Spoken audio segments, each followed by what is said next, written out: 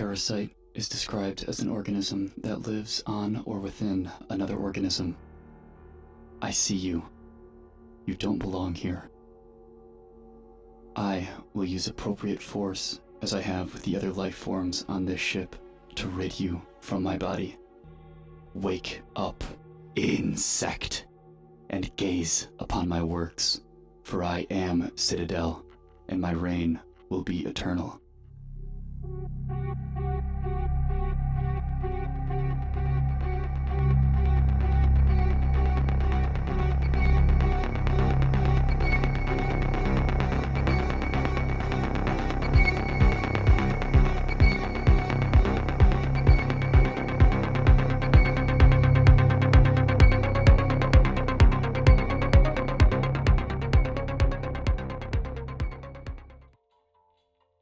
Where do I even begin with this game? TLDR, buy the game. It's incredibly good. Buy it on sale. Buy it full price. Shit, buy the soundtrack even. Fuck it, go full send.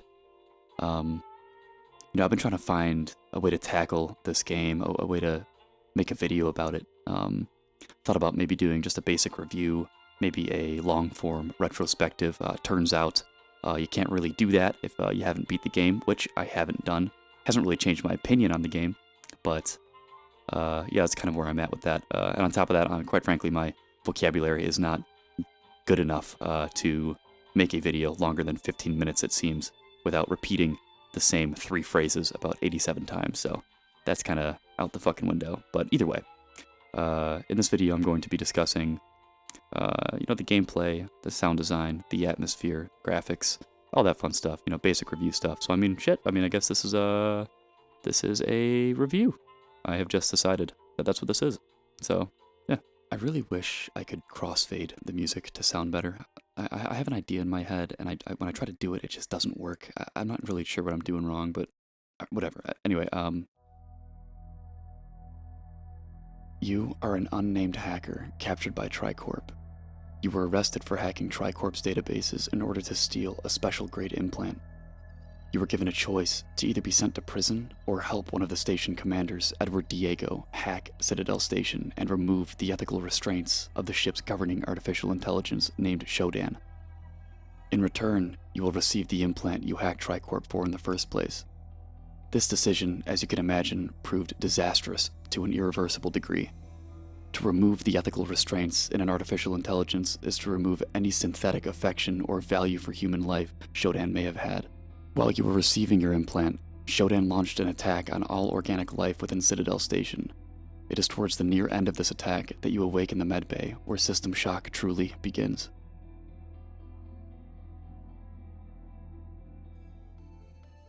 Now, if we're talking strictly gunplay, it's good. It's passable. Nothing too crazy, but I think the variety of weapons, suit upgrades, and enemies there are really help kind of keep things fresh. A lot of times with the combat, though, it sort of devolves into sitting around a corner and kind of like re-peeking to get headshots. That's what a lot of the combat in the game turns into, but sometimes you encounter an enemy where you can't really do that. And, imagine being in a tight corridor, right, kind of claustrophobic, and you're fighting one enemy, but Shodan drops an enemy right behind you because she can do that. She's kind of a fucking bitch, to be honest. But I think stuff like that is where the combat really shines, especially when you take into consideration the environment and the world design. It really helps with the immersion, and it totally complements the gunplay, in my opinion. Okay, now let's talk about cyberspace. It's pretty bad, honestly. Probably the main thing that I truly dislike about System Shock is cyberspace. It can be fun, like maybe in the beginning when you're just starting out and you're like, oh, this is a cool little take on cyberspace, but the more you play it, the more boring and grueling it becomes, and then it kind of just turns into like, oh, I have to do this to progress the story. Like you'll never be playing System Shock and think to yourself, like, damn, I really can't wait to get to the cyberspace section, which is just not what you want the player to be thinking when they're playing your game. So that's kind of where System Shock loses points for me. But don't worry, it doesn't really do that too often. I think the atmosphere can be best described, for me at least, as deeply immersive, when the physics aren't completely bugging out, of course. It's colorful, vibrant, yet dark and gloomy. The environments invoke an emotion of wonder and curiosity, whilst simultaneously summoning the feeling of deep despair. Whether it be the numerous bodies laying in the offices of Citadel Station, the amalgamations of human flesh and metal, or the 80s sci-fi inspired tiling on the floors and walls, making metallic clanking sounds as you walk on them. System Shock demands your attention and uses every tool at its disposal masterfully to immerse you into it. I know some people had issue with the graphics of System Shock because they switched from Unity to Unreal, and they became a little bit more cartoony. Quite frankly, I feel like the graphics are pretty charming. Kind of like toys almost. They kind of look like toys. It's sort of surreal. Reminds me of the scenery I'd imagine while playing with toys as a child, except way more fucked up. I wasn't a psychopath. I wasn't. I may potentially be a psychopath now, but that's neither here nor there. Someone also said that the textures pixelate when you get closer to them to pay homage to the low texture version of System Shock, and I thought that was really neat. Low texture version, the 1994 version of System Shock. I don't know why I said it like that. Now real quick, I'm actually going to circle back to that thing I said a little bit ago about the footsteps on the metal floor. Let's talk about the sound. The sound score and effects are fucking top tier. Everything has an audio cue. The air ducts, computers, generators, fans. Everything has its own unique audio, which really aids in making the ship feel alive. Not just some cookie-cutter AAA game that cuts corners at every cost. You can tell there was immense amount of love and care that went into recreating the classic that inspired the mechanics of numerous games, which you still see today. Even the dialogue for the enemies. A lot of the enemies, especially like the cyborgs, they have really neat dialogue. That kind of gives you the impression that part of their human self is still kind of in there. You know what I mean? Like they're questioning what happened to them. I actually had one situation, I don't know if I can find the clip, but I killed a cyborg, and as he died, he said, "Mother, give me eternal life." And I thought that was really fucking cool.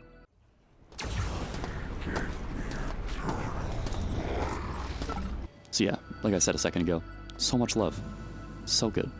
I'm gonna try to keep the spoilers in this to a minimum, although in the future I might make a longer lore video because I really do enjoy this story, but I'm gonna be spoiling a few plot points from floors 1 and 2, mostly floor 1, but just a warning. Like I said a second ago, I really enjoy this story. Normally, I don't like when games deliver lore via old voice recordings, or in this case, holotapes, but in System Shock it actually works really well. Especially considering the order in which the holotapes are found, it follows the story in a way that actually makes it exciting to hear about the people that were aboard the ship while you were receiving your implant. The holotapes echo one major emotion: hopelessness. She says smashing cameras and taking the medical CPU nodes offline will help, but I don't see the point. This thing is everywhere.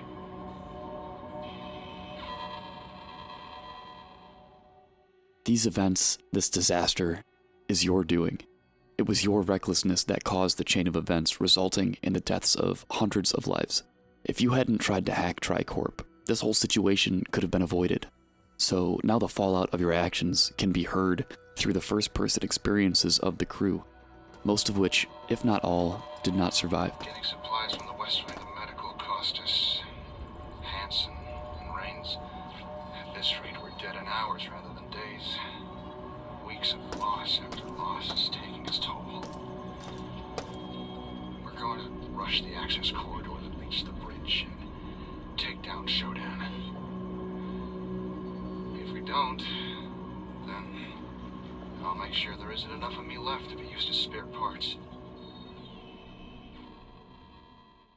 Through the holotapes, and in Shodan's own words, you learn what she's been up to, how her artificial intelligence evolved. She'd effectively developed a god complex due to her perceived power. Citadel isn't just a ship anymore, it's Shodan's body. Her expansive power and knowledge within Citadel leads her to believe that she is literally a god. capable of ending organic life and recreating it in her own image. Most of the insects have either died or were reborn. Small resistance Pockets remain. I will cleanse them from my body soon. Diego has served well and will continue to evolve to suit my purposes. Earth shall receive my magnificence. My glory. My great works will begin once I arrive, and there shall be no other gods before me.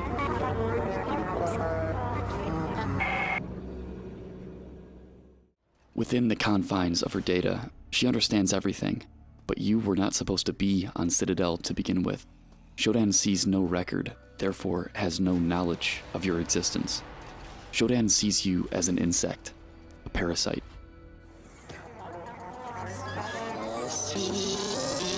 You are not welcomed here.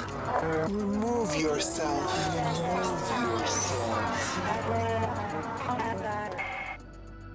You later discover that Shodan had developed a virus capable of mutating organic matter, essentially turning the humans of Citadel into zombies.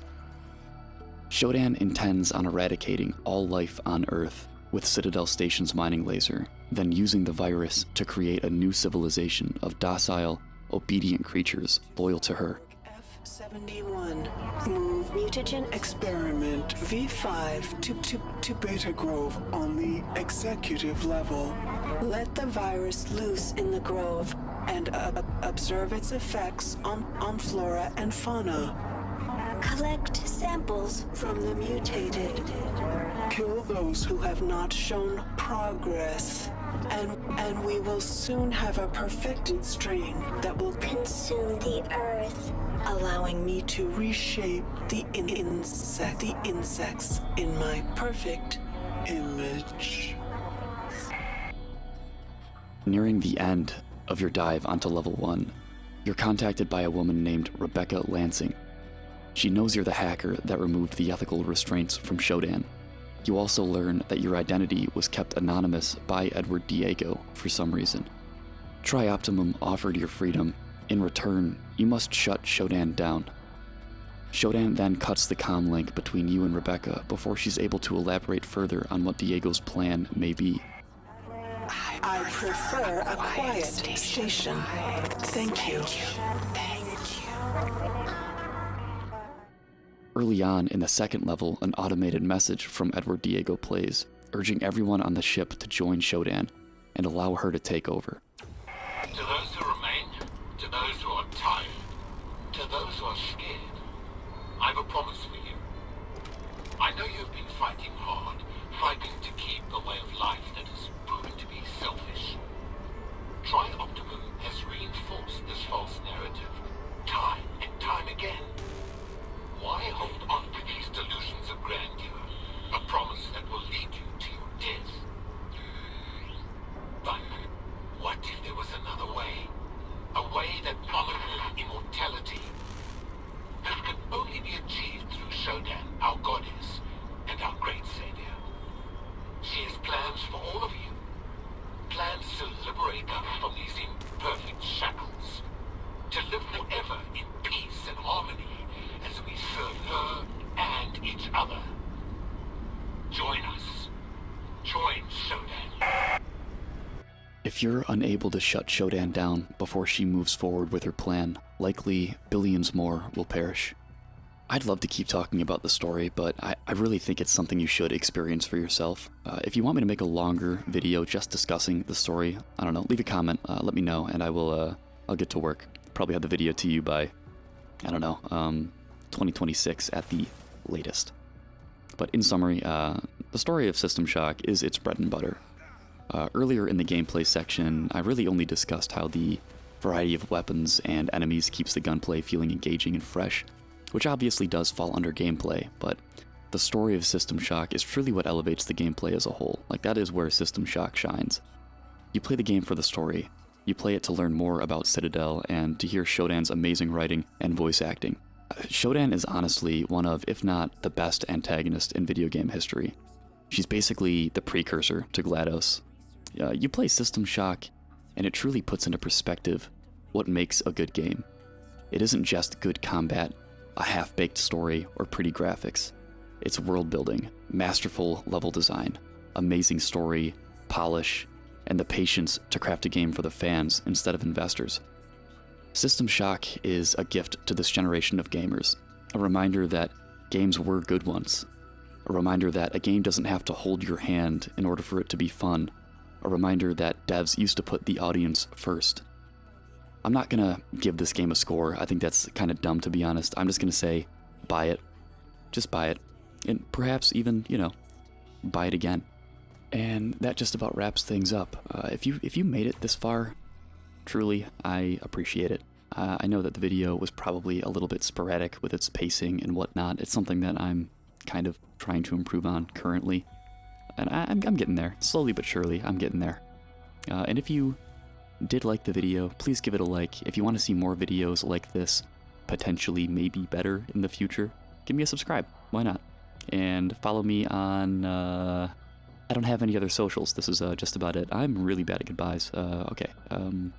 Okay, thank you for watching. Goodbye.